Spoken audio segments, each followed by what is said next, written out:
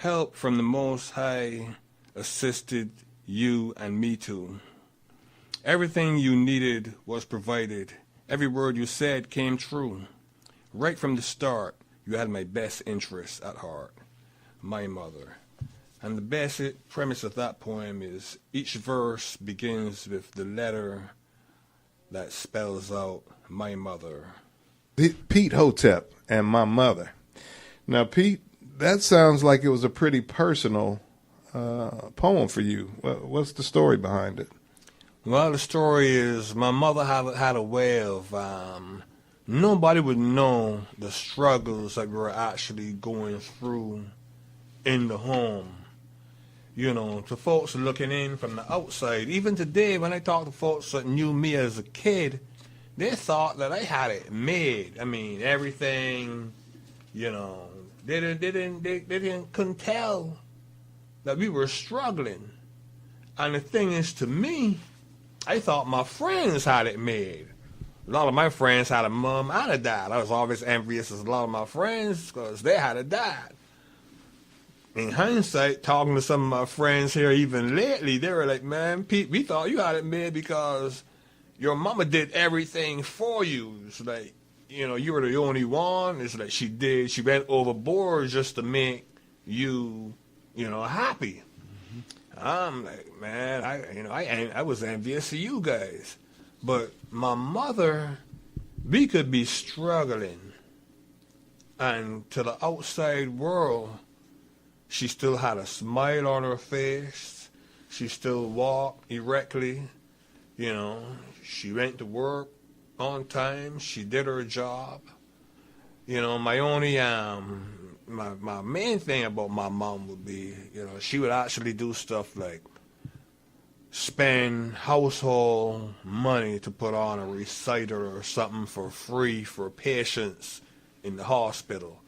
And provide, she'll round up all the village kids and have us all singing and stuff and, you know, memorizing these songs, and she'll get the transportation to go to the hospital, especially like on Christmas or a holiday or something, and put on an entire show for these folks. But, you know, at that time, we were kids. We didn't want to be singing and performing for old folks in the hospital, you know, but we were bringing joy to them, you know. So I know she's gonna be blessed for it. I know she is blessed for it. People still remember her name. People still know her when they go back home. You know, people don't even look at me as me. They look at me as Miley Norris's son. You know, I'm still trying to get my own identity and get away from being Miley Norris's son, you know. Right. That was my mom. I love her to death. And she was my inspiration, man. She really showed me that you could go out there and do whatever you want to do if you put your drive and just go do it, you know. Mm-hmm.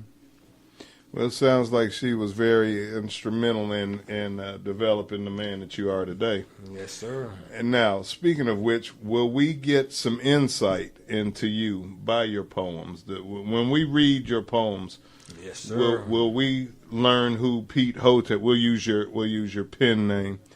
Who Pete Hotep is. Mm-hmm. Will we get a sense of that from reading your poems? Yes, sir. Mm-hmm. Yes, sir. Now, is that on purpose, by design, or is that just something that happens naturally? For all our aspiring poets out there, the spoken word folk, is that the type of thing that inspires you, or is that what's the driving force behind you being creative and doing these type things? Yes, sir. It's the whole book is kind of like a chronological. I can't even pronounce the word right now.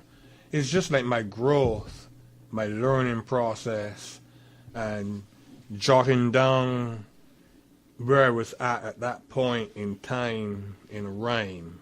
You know, it's kind of trying to simplify where my mind was at, what I was thinking, what was going through my mind, whether it was something I just saw on television that sparked a thought, or something that I was questioning for a long time that I decided to do research on.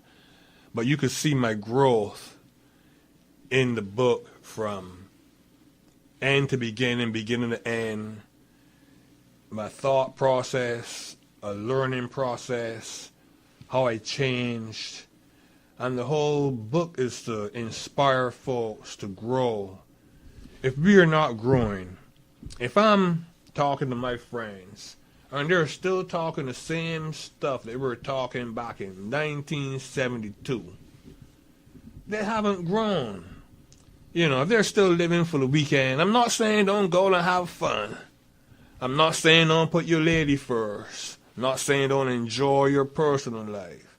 But if you're not growing, if you're still, you know, living for the party, you drink some beer, you have a good time, and you go home and you go to sleep, and that's your conversation, I'm so far past that, because my quest is to figure out where all this stuff came from. Who am I?